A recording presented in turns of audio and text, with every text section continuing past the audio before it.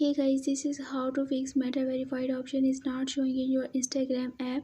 So let's get into it and fix this error by using 4 methods. I hope one of them will work for you.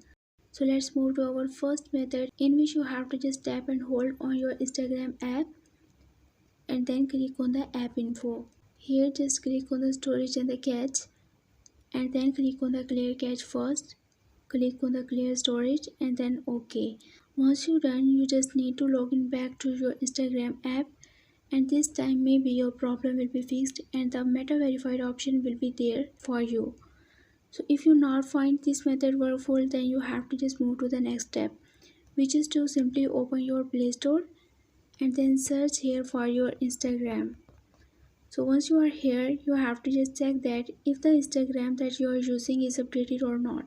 If not, then you just need to update your Instagram first and then try to log in back to your Instagram account, and this time hopefully your problem will be fixed. Moving to our third method, you just need to open your settings, and here you have to just scroll all the way down and then click on the system. Click on the system update, and then you have to just check that if any update is available for your system or device.